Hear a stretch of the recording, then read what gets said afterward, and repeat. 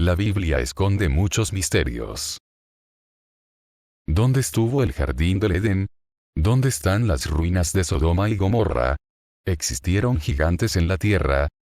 Estos y otros misterios copan el universo bíblico, ante los cuales la comunidad científica sigue investigando y buscando respuestas. En esta oportunidad, nos centraremos en 5 misterios bíblicos. Si te gustó el video, hazme saber si deseas una segunda parte con más misterios de la Biblia. El jardín del Edén. Uno de los primeros misterios que surgen en la Biblia gira en torno al mítico jardín del Edén. El libro de Génesis, el primer libro de la Biblia, hace mención a una tierra maravillosa en la que vivían todos los animales de forma pacífica, viviendo también allí el primer ser humano, el primer hombre, Adán. Tras el pecado de Adán y Eva, Dios expulsó a ambos de aquel paraíso terrenal. Ahora bien, la ubicación exacta del jardín del Edén ha sido una búsqueda incansable por parte de los científicos y la arqueología bíblica. Según el libro de Génesis, este jardín se ubicaba en el Medio Oriente, y un río salía del Edén para regar el jardín, y desde allí se dividía, y se convertía en 4 cabezas, llamados, río Pisón, que se dice, rodeó toda la tierra de Havila, el río Gijón, que habría rodeado toda la tierra de Cus, el río Hiddekel, que iría al oriente de Asiria, y el río Éufrates. Es cuestión de investigar dónde quedan esos 4 ríos en la antigüedad. Sin embargo, solo es reconocible el río Éufrates, mas no el Pisón, el Gijón ni el Hiddekel. ¿Será acaso que no se podrá conocer el paradero de dicho paraíso? Si bien es cierto que esos 3 ríos no aparecen en los mapas, quizás el jardín del Edén no esté del todo perdido. Para empezar, aunque nadie conoce al río Hiddekel, pero sí todos han escuchado del río Tigris. Pues bien, el río Hiddekel es el río Tigris, ya que está al este de Asiria y se une en un parte baja con el río Éufrates. Faltaría conocer los otros 2 ríos. El río Pisón rodeó toda la tierra de Havila, tierra que era conocida como Arabia, mientras que el río Gijón habría pasado por la tierra de Cus, la cual no es sino Etiopía. Estos 4 ríos se unirían en la parte baja, en la actual zona del sur de Irak. Y tras esta convergencia, nacería un río, el cual discurriría por el jardín del Edén, que estaría situada en el mar, en algún lugar del Golfo Pérsico. El arca de Noé.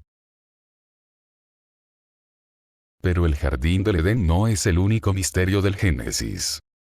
El arca de Noé es una embarcación de madera realizada por Noé. Dios había planeado destruir el mundo con un diluvio, pero permitió que una pareja de todos los animales del mundo, así como Noé y su familia ingresen y se resguarden de la aniquilación.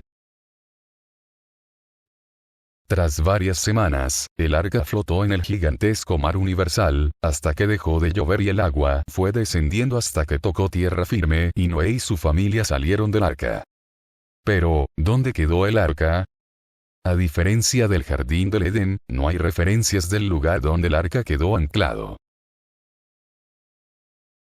En 1916, Vladimir Roskovsky, un explorador ruso, aseguró haber hallado a una altitud de 4.000 metros sobre el nivel del mar, en el monte Ararat, una embarcación semienterrada bajo el hielo.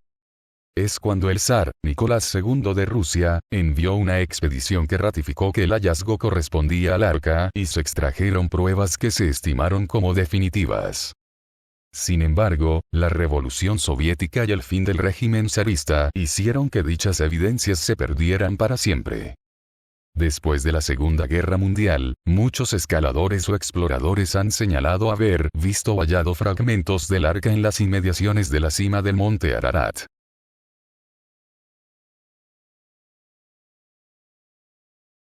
Sodoma y Gomorra.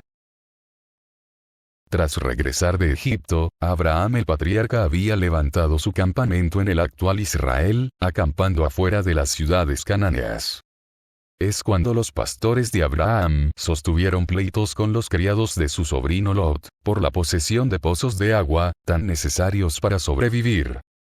Lot eligió vivir en la llanura del Jordán, mientras que Abraham habitó en la orientación contraria, al oeste.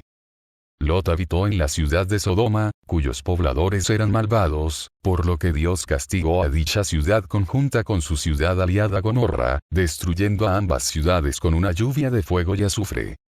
La Biblia sitúa a dichas ciudades en la llanura del Jordán, al norte del Mar Salado. Se describe como parte de una ruta comercial común y estaría protegida por torres y altas y gruesas murallas. Ahora bien, tras décadas excavando, los arqueólogos creen que por fin han encontrado las ruinas de la ciudad bíblica de Sodoma. Los expertos que investigan el Valle del Jordán aseguran haber hallado los restos de una ciudad de la Edad del Bronce que coincide con la descripción que da el Antiguo Testamento de esta urbe. Las razones son varias. En primer lugar, sería la ciudad más grande de la región, tal y como se describe en la Biblia. En segundo lugar, las fechas coinciden, ya que data de entre el 3500 y el 1540 años antes de Cristo. En tercer lugar, se cree que fue abandonada repentinamente en algún punto de la Edad del Bronce. Sin embargo, algunas declaraciones hechas por autores clásicos describen una región quemada por una catástrofe ígnea, ubicada al sur del Mar Muerto, donde se encontraban varias ciudades destruidas y cuyos restos consumidos por el fuego todavía eran visibles en sus días. Se dice que de las fisuras del terreno emergen gases tóxicos, Deuteronomio, capítulo 29, versículo 23. Los geólogos han encontrado petróleo y gas natural en la región ubicada en los alrededores del extremo meridional del Mar Muerto, que es a la vez una zona frecuentemente sacudida por terremotos. De manera que encontramos aquí todas las condiciones necesarias para que se produjera la catástrofe que describe la Biblia. Además, Jebel Ustun, el monte de Sodoma, en la costa sud-occidental del Mar Muerto, está constituido en un 50% por sal pétrea. Se cree que durante la catástrofe que provocó la destrucción de Sodoma, parte de esta sal habría volado violentamente y cubierto a la mujer de Lot, la que así tomó la forma de una estatua o columna de sal. Génesis, capítulo 19, versículo 26.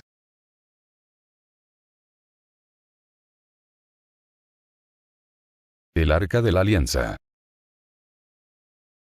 El Arca de la Alianza o Arca del Pacto es un cofre de madera cubierto de oro descrito en relatos bíblicos que, según la tradición judía, fue diseñado y creado por mandato divino para guardar las tablas de los 10 mandamientos. El episodio se sitúa aproximadamente un año después del éxodo de Egipto. El arca fue creada siguiendo el modelo que Dios le habría dado a Moisés cuando los israelitas acamparon al pie del monte Sinaí. Fue usada en la conquista de Canaán y con ella Josué consiguió abrirse paso en las aguas del Jordán al contacto de estas con el arca, y durante 7 días fue paseada en torno de Jericó, que cayó luego en poder de dicho caudillo. El arca fue fijada en Silo. Durante la época de Elí y Samuel, sucedió uno de los episodios más impresionantes del que se cuenta acerca del arca de Dios. Durante una cruenta guerra contra los filisteos, fue llevada al campamento israelita con el objeto de levantar la moral de los guerreros. Pero después de una trágica derrota del pueblo hebreo, donde también murieron los dos hijos del juez y sacerdote israelita, Elí, los filisteos la tomaron como un valiosísimo trofeo, dando lugar a un verdadero luto en todo el país de Israel. En poder de aquellos estuvo unos meses, aconteciendo que desde el momento que fue llevada al templo de la gigantesca estatua del dios Dagón en Asdod, este quedó 2 noches consecutivas postrado delante del arca, solo que la segunda vez decapitado y sin las manos, a lo que siguió una ola de estragos, desastres y plagas azotando todo aquel país. Los filisteos, horrorizados por aquellos sucesos, habían dejado que el arca fuese sola en un carro tirado por 2 vacas. Después los animales pararon en Bet-Semes, varios habitantes de aquel lugar murieron por el trato poco reverente que dieron al objeto sagrado. De allí fue trasladada a Gabaa. Luego, Saúl la habría utilizado en la campaña contra los filisteos. Posteriormente, David con un acompañamiento solemne la habría trasladado a Sión. Sin embargo, de camino a Sión había ocurrido un accidente. Usa, un encargado del arca, quiso sostenerla en un momento de bamboleo y cayó muerto de repente. David atemorizado la dejó durante 3 meses en casa de Obed-Edom. Seguidamente, desde Sión la reliquia fue instalada en el majestuoso templo que construyó el nuevo rey, Salomón, en Jerusalén. Siglos después, en el año 587 años antes de Cristo, Nabucodonosor II, el rey de Babilonia, invadió Jerusalén, destruyendo el templo y saqueando todos los objetos valiosos del mismo. Se cree que el arca fue llevada y colocada en un lugar seguro y secreto antes de la invasión caldea y posterior deportación de los judíos. Según el registro de los macabeos, Jeremías tomó el arca para ocultarla en el monte Nebo, en la actual Jordania. Sin embargo, esa no es la única hipótesis, ya que un grupo de rabinos afirma que tras la caída de la ciudad de Jerusalén, que devino en la destrucción y saqueo del primer templo a manos babilónicas, el arca habría sido enterrada en el monte Moriah, debajo del antiguo templo. Hay algo a favor de esta creencia, y es que este cofre sagrado no se menciona entre los tesoros devueltos por los persas.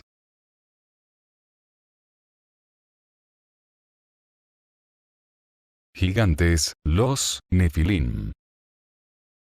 Uno de los misterios más sorprendentes de la Biblia es sin duda la existencia de gigantes. En Génesis se deja constancia que un grupo de ángeles, los ángeles caídos, descendió a la tierra y tuvo relaciones carnales con mujeres en la época antes del diluvio. Estas uniones antinaturales y prohibidas dieron como resultado gigantes llamados Nefilim, una legendaria raza de gigantes híbridos, la cual se habría extinguido posteriormente durante el diluvio universal.